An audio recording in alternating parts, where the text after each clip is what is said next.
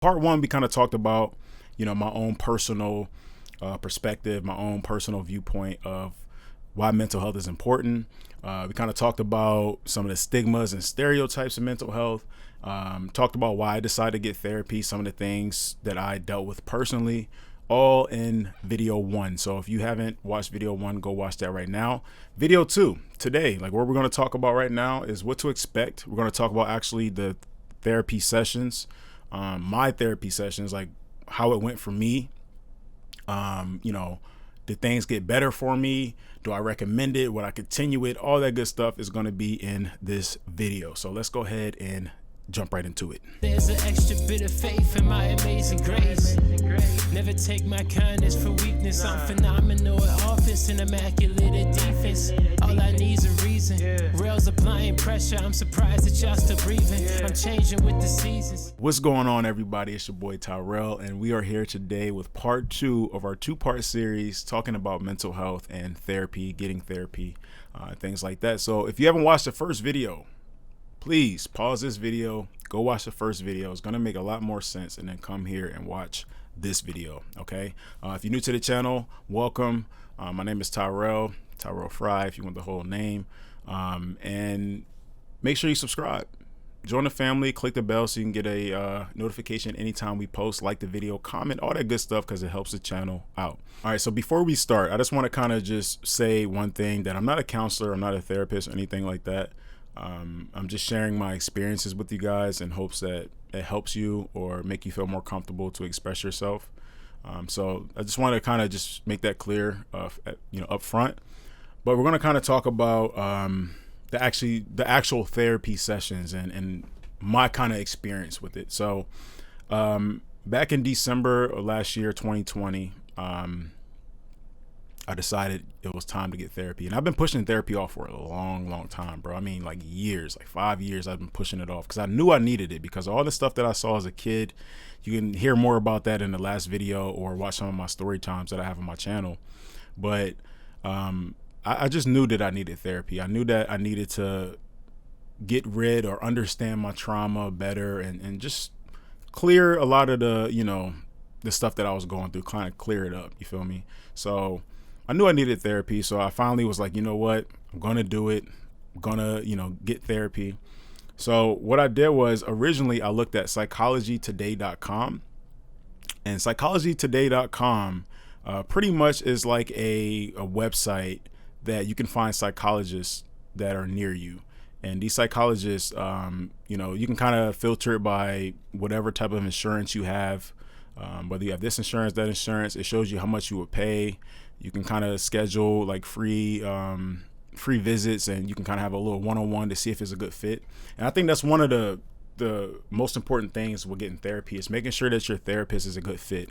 I know some people out there has probably had bad experiences because they had a therapist that they didn't really match well with. And I think that's like the most important thing, guys. Don't feel like the first person you meet is the first person that you have to stick with. If you're not comfortable by any means, then don't do it. You know what I mean? Like, find someone else, right? And I want to say this real quick as well. I read this book called The Shack a long time ago, and I think it's a really good point to make this analogy. In the book The Shack, if you guys haven't seen it, it's a movie as well, but it's a book. I recommend reading the book first and then watching the movie. But it's a very, very interesting book. Long story short, without giving too much details and giving y'all a spoiler, there's this guy named Mackenzie, and his dad pretty much abused his mother, and I think he ended up poisoning his dad or something like that, and his dad had died. And he got a letter in the mail one day. He got older. I'm kind of skipping all over the place, but I want you to get the gist of the picture. He got this letter in the mail saying to meet at the shack. And when he arrived at the shack, it was God there. God was there, Jesus, and a few other entities, or however you want to say it, were there. And the way God disguised himself or themselves to Mackenzie was through a black woman. And Mackenzie's like shocked, like, wait, God, like, why? How are you? I thought you were a male. I thought you were a guy. You're a black woman. And God says, well, if I showed you if I presented myself to you as a male, you would have thought about your father, and this wouldn't go well. So I kept that same thing in mind kind of when I went to pick my therapist, or when I was looking at therapists, because I didn't want to get a black male and it remind me of my dad or my uncle or something like that, or get a black woman and it remind me of my mom, or and I think that's something to take in consideration. You don't have to do that, but I think that was a pretty good point to make a connection with that. But yeah, I looked through psychology today and I tried to find a psychologist, and I was like, okay, I'm going to get one. Then eventually I pushed it off again. And then my dad, he had gotten a new job and he has a family plan with all of us on his insurance through Kaiser. And Kaiser, they actually have their own therapist. So you pretty much just say you want to get therapy, say what you want to get it for, and then Kaiser assigns you a therapist. And if you don't like the therapist, you can change it. But just to remind you guys, this was last year, 2020 during COVID. Okay, so I got this therapist. It was a lady. I think she was maybe Middle Eastern or something like that. And it was good. Like I felt like, I didn't want to change anything. It was cool or whatever. And mind you guys that since it was during COVID, everything was virtual. So this was a different experience than someone that probably got therapy, in person, right? And met their therapist in person. This was all virtual. So I literally would just be on my phone. We have a meeting at a certain time. Let's say our session is at 2:00, then at 1:55, I'm in there waiting for her to join. And then we kind of talk about things. Okay. So that was my experience with Kaiser. Okay. And so the very first session that we had, she pretty much, wanted to understand why I was getting therapy. She asked me questions like, what is it that you're trying to get out of therapy? Like, what are some things that you want to overcome, by getting therapy? And and this is where you want to let everything out, man. You want to be completely straightforward, especially if you're comfortable with the person. I felt comfortable. I'm not usually like I said, if it wasn't like a black male to remind me of my dad or a black woman to remind me of my mom, I pretty much was going to be good unless it was something completely off. Right. But I felt comfortable enough to, just let everything out. Like, hey, I want to talk about this. I want to talk about that. I want to do this. This is bothering me. This upsets me. You be completely honest. Because if you're not honest, guys, like it's very hard for them to fix it, to correct it, to help you understand why you're feeling this way. If you're not honest, if you're hiding things, I don't know if I want to talk about that, think about it like this. The more you say, the more you get off your chest, like probably the better you're going to feel. Right. Because therapists, they're not there to judge you. They're not there to, air you out and put you on blast. Like they can't do that legally. And they're there to help you, man. Like really, they're just there to help you. So I felt comfortable enough to tell her everything. So that lasted probably about an hour or so. Okay. Then our next session, we kind of started tackling some things. She gave me like this little worksheet. It's like a little homework or whatever. And I had to put, and mind you guys, this is not going to be for every therapist isn't going to use these techniques. I'm just going to kind of talk about my experience though. But there was a list of different things that she had put together. And it was like for an example, like, did you feel loved? And then you'll put like a plus or a minus. Like if you felt love as a kid, you will put like a plus there. If you felt it as an adult, you'll put it on the right side. So it'd be like a plus on one side, plus on the other side. If you felt it, if you didn't, you'll put a little subtraction, like a little minus bar on both sides. So let's say, for an example, I didn't feel loved as a kid. I will put a minus right there. Do I feel loved as an adult? Yeah, put a plus, right? And that's how it looked. And there's a whole bunch of different things that, she had on that paper. So I answered everything as truthfully as possible. She's very nice about it. She was like, hey, like, if you're stuck on anything, feel free to message me and we'll work through it together. But this is going to help. This is going to help better understand like what you are going through and how we can fix it. So we did the worksheet, and I'm not going to go step by step with every single thing because this video will be like 2 hours long, but we did like little things like that. And then we'll meet up again. I think the next time we met up was like a month. So like a month from that time. And she gave me, she recommended a book for me to read, which let me get that book. During like our, I want to say like second or third session, I want to say our second session, she recommended this book to me. Let's see if I can get it right here. So this book right here is called The Body Keeps the Score, Brain, Mind, and Body and the Healing of Trauma. All right, it's a really good book. I don't even think I finished it, honestly, but I read enough of it, and she told me, she said, you know, a lot of the stuff that you're gonna read in this book may bring out your past trauma. It may come out, and she's absolutely right. She said, look, take your time reading this book because it's gonna be a hard read. It's not hard because the words are big, but hard because it's gonna make you remember a lot of stuff in your past. And I'll probably have some stuff in here that I highlighted. Like, let me just check. Yeah, so I got a lot of stuff, as you guys can see. Let's see if y'all can see that, but I got some things highlighted here, and at some of these parts that I highlighted, I actually teared up and cried, you know. Like one, and I wrote notes in here and everything. So I'll share one thing with you guys.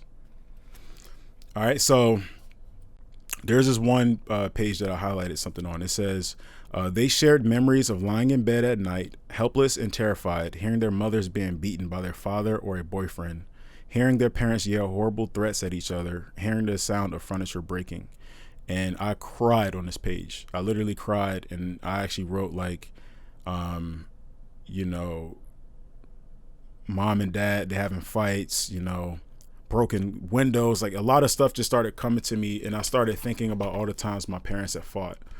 But this book right here, I'm not like saying this is going to help solve anything, but if you guys like to read, this is a pretty good read. I'll leave the link in the description for this book on Amazon, and also like I'll probably leave an affiliate link, so if you do purchase it through my link, it'll probably give me like, you know, I don't know, 20 cents or something like that, a little affiliate link. So I'll leave this in the description for you guys. But she recommended this book to me, and it helped me open my eyes up a lot, because I realized that I was on the right path. I realized that this trauma that I was dealing with was real, because for me to read a page or two and read a certain line and it makes me cry, like literally tears come out of my eyes, then I knew something inside of me was trying to get out, was trying to be released. And it was really good, man. It was really, really good for us to talk. Our next session, she had said this something that really, really stuck with me. I would say this is probably like the one thing that stuck with me the most during therapy is, you know, I was kind of talking to her about how I wanted a better relationship with my dad. And I live with my dad, and it's so crazy that me and him, we don't have now we have a better relationship. Let me say that. But at the time I was getting therapy, we didn't have a good relationship. We never talked. I see him go upstairs. I just be in my room all the time. Never really talk to him, but we lived together. You know, I moved in here out of my mom's house when I was like 17, I think like 17-ish, something like that. And I've been here ever since. Been trying to move out. Hopefully this YouTube thing, you know, takes off at some point, or, you know, something, another blessing comes to me so I can get, you know, my own space. But I love my dad, you know, but we just never had a good relationship. Me growing up, you know, he wasn't in the household, and I always craved that, like him just being around. And I kind of mentioned that to her. I was like, hey, I want a better relationship with my dad. And you know, she was like, okay, well, like, what is it? Like, what is it that you want a better relationship with them, like, at? And I was like, man, just talking to him, just, you know, just everything, right? And she said this one thing that stuck with me. And I told her, I said, I think he doesn't want to talk to me about the stuff that happened in my childhood, because maybe his pride, maybe he doesn't know how to bring it up to me. And she said this thing, and it kind of like, it was like a light bulb went off. She said, your dad probably feels the same way you do. Y'all just love a little bit different. Y'all are different people, right? So like, my dad been through some things as a kid, and I've been through some things as a kid. But she said this thing. She said, both of y'all are playing sports, but y'all are just playing different sports right now. You're playing basketball and he's playing soccer, but y'all both understand that y'all playing sports. And it may not be something crazy to some of y'all, but what that means is, I see things a certain way, he sees things a different way, but we both kind of have that mutual understanding that we know how each other's feeling. Like, we know, like, a basketball player knows that soccer's a sport. A soccer player knows that basketball is a sport. We kind of know, right? And that really helped me out a lot, because it made me, and she also said, you know, like, try to talk to him. Like, maybe you need to initiate that, even if even if it's not good, even if you don't feel good about it, like, do it, because it may help things out. And bro, it's so crazy that I'm like reliving this right now.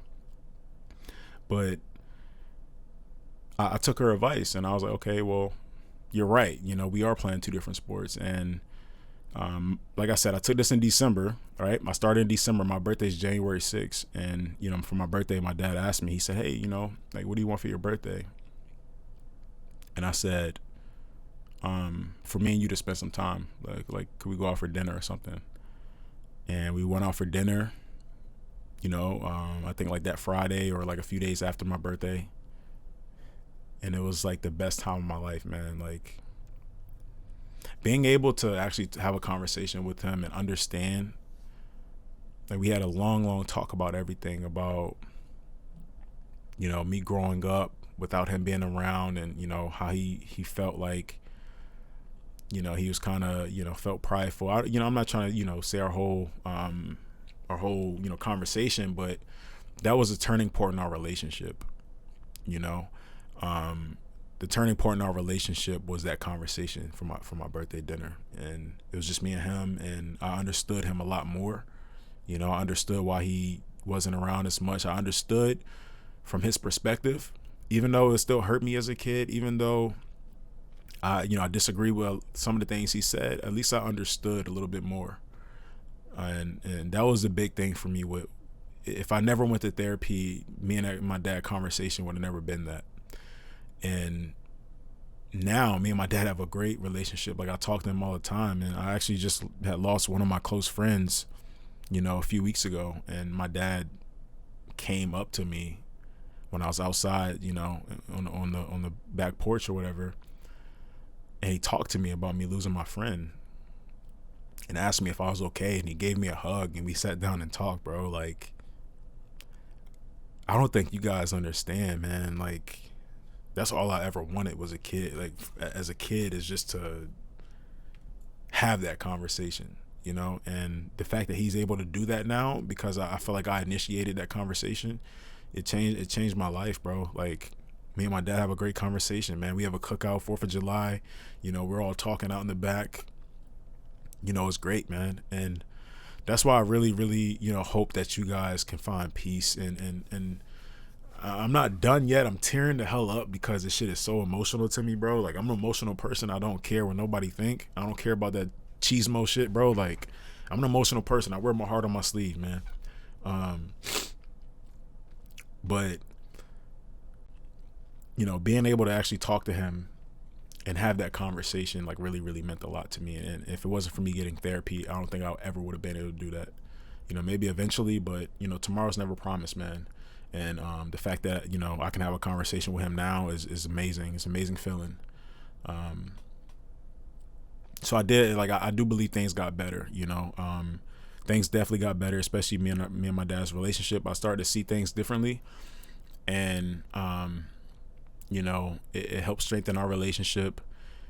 And it kind of brings me to the next talking point that I wanted to mention is, you know, why I stopped going to therapy. And I stopped going to therapy because once you turn 26 in the U.S., you can no longer be on your parents' insurance. And, you know, I was kind of just substituting. I wasn't really making like crazy amounts of money. So I couldn't afford to get my own insurance. And like currently I don't have my own insurance. Like I'm working on getting it right now though. But since that ended, and it ended during COVID, which is completely crazy because, you know, no one was really hiring. I couldn't continue my therapy sessions, you know, and it hurt me, man, because I was like, man, I actually finally got the courage to do it. I finally got the courage to sign up for therapy. I had 4 or 5 sessions, wherever it was, and now it's gone because of the American healthcare system, you know. And I would have loved to continue. I still want to continue therapy because I know it made me that much better, and I know there's still a lot of trauma I want to deal with, you know. So that's that, right? And what I recommended, absolutely, bro. Like I would absolutely recommend therapy to everyone. And like I said, as long as you find a therapist for you and don't just go with the first person could be the one for you. You know, the second person could be the one for you, or the first person may not be the one for you. The second one, the third one, the fourth one, fifth one, sixth one, seventh, eighth, nine, the 10th one, the 11th one may be the one for you. You know what I'm saying? Like, don't ever give up. If you truly want to get better, don't ever give up. If you truly want to, deal with your trauma and understand your trauma a little bit better, don't ever give up, man. It's easy to say, oh, that therapist wasn't it, so I'm not going to get therapy. It's easy to say that. It's easy to say, oh, well, since it didn't work out with these 5 therapists, then maybe therapy is not for me. It's easy to say that, but it's more respectable, or it's better for you, I should say, if you try to get therapy, even despite those things. If you be consistent, you be persistent, like you got a goal in mind, like I want to get better, and you actually go out and do it, you're gonna thank yourself later, and hopefully, like this, this two-part series that I created, hopefully it gives you guys better insight. Like I said, I only did about 4 sessions, but this is my personal testimony, like my personal, like what I got from therapy. Is other things too. Like I said, if I talked about every single session, then I'd be here for hours. But let me know any comments that you guys have down. Let me know any questions you guys have down in the comments. Make sure you like the video, subscribe, click the bell to get a notification anytime we post. Just leave a positive message down below, man. So somebody that's going through some mental health, anything mental health related, they can see your positive message and it can uplift them. And make sure you share this video. I really hope that this video can get out there and reach lots of people, especially people that's dealing with mental health issues or not mental health issues, but mental health in general. I don't like to say issues, but hopefully it can reach those people and everything will be all right, And if you're going through something, I love you. I care for you. There's people out there that care for you and love you. And don't give up. You never know what tomorrow brings. All right. I love you guys. Like I said, like, comment, subscribe, all that stuff, man. Music is in the description. My Instagram is in the description. And until the next video, man, if y'all want to see any other types of videos, you have any questions, any other video suggestions that you would like to see, leave it down in the comments, man, and I'll make sure I get to it. All right. Peace. Friday nights at the run and shoot. All the boys I played with left the game just to run and shoot. Treat my life just like pirates, all I want's to loot. I just want my parents living comfortable. Everything you want, they say it's up to you.